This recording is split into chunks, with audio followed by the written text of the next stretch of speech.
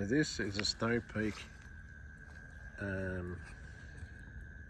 campfire setup, and it's got the Floga attachment. It's got these other attachments over here, and cooked dinner on those. And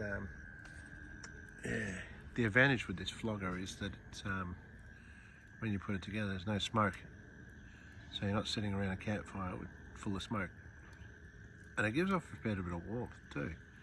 Like these things here produce radiant heat, and it's actually really nice to sit around. It's very different to just having a normal fire, and it burns wood more efficiently, so you're not using as much firewood too. Really impressed with this Snow Peak quality of stuff. It's unbelievable.